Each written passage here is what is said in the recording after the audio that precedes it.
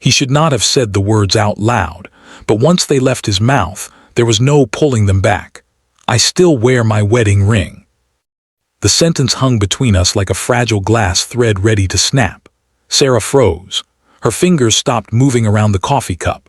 Her eyes slowly lifted to my hand resting on the table. The ring was still there, scratched, worn, older like me. 10 years. 10 years since she walked out of our apartment without a goodbye. 10 years since I woke up to an empty closet, an untouched coffee mug, and a 4-year-old daughter asking where her mommy went.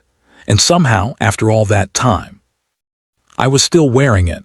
Sarah's lips parted slightly. "Michael," she whispered. I shook my head before she could say anything. "No, don't start with apologies. Don't start with explanations."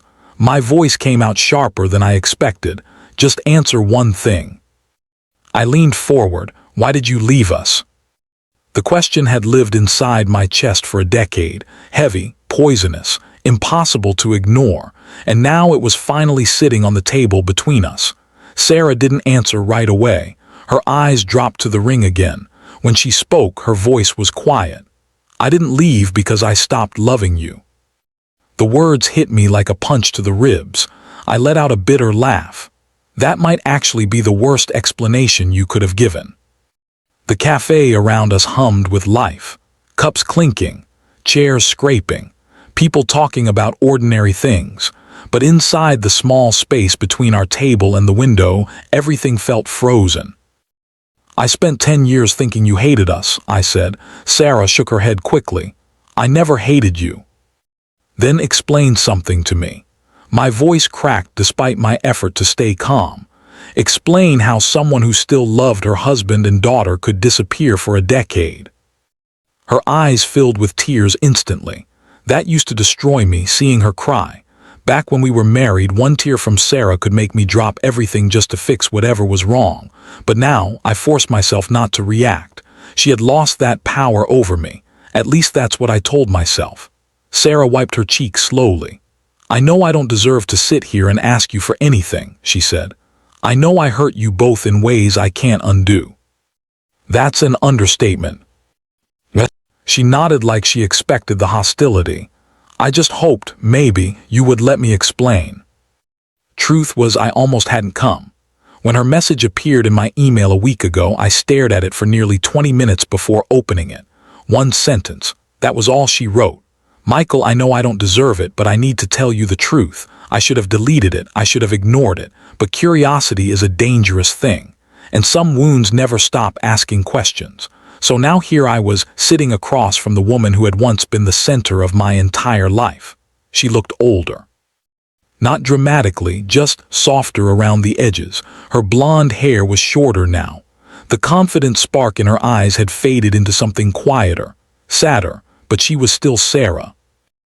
The same woman who used to dance barefoot in our kitchen while making pancakes. The same woman who painted the walls of our first apartment bright yellow because she said the sunlight deserved competition. The same woman who held our daughter in the hospital and cried harder than I did. And the same woman who vanished without a word. "How is Lily?" Sarah asked carefully. Her voice trembled on our daughter's name. My chest tightened. I pulled out my phone and opened my photo gallery. "She's 14. I turned the screen toward her. Sarah leaned forward slowly. The moment she saw Lily's face, the air left her lungs. Our daughter was smiling in the picture, holding her cello after a school recital. Her dark hair fell over her shoulders, her eyes bright and confident.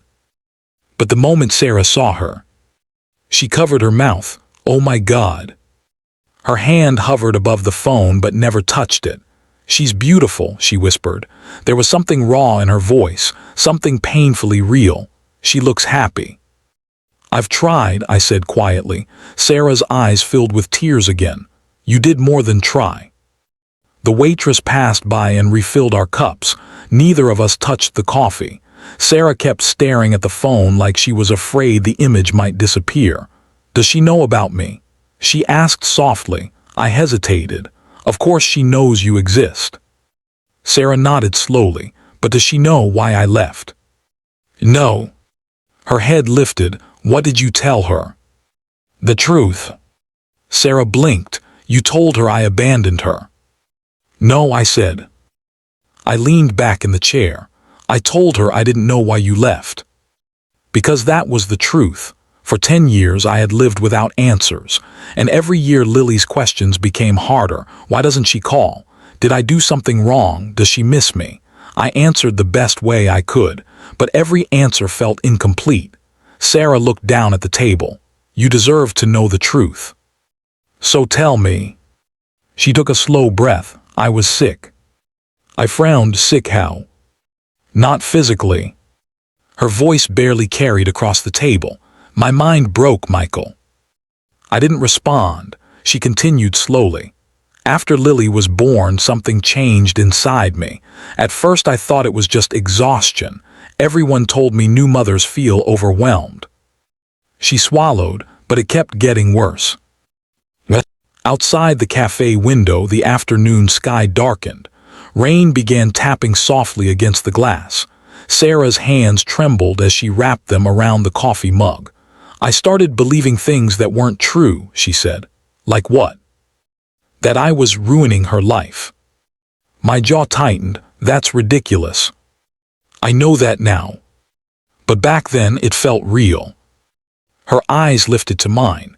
I believed Lily deserved a better mother. Anger sparked inside my chest. You could have talked to me. I couldn't. Why not? Because the illness convinced me you would be better off without me. The words made my stomach twist. You honestly thought abandoning us would help. Tears slid down her face. Yes.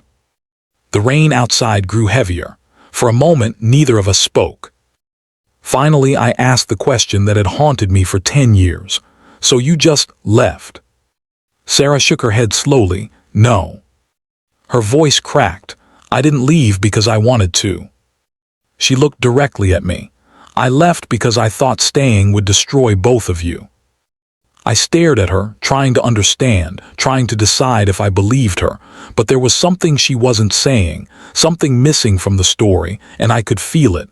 I leaned forward again. Sarah, what happened after you left? She hesitated.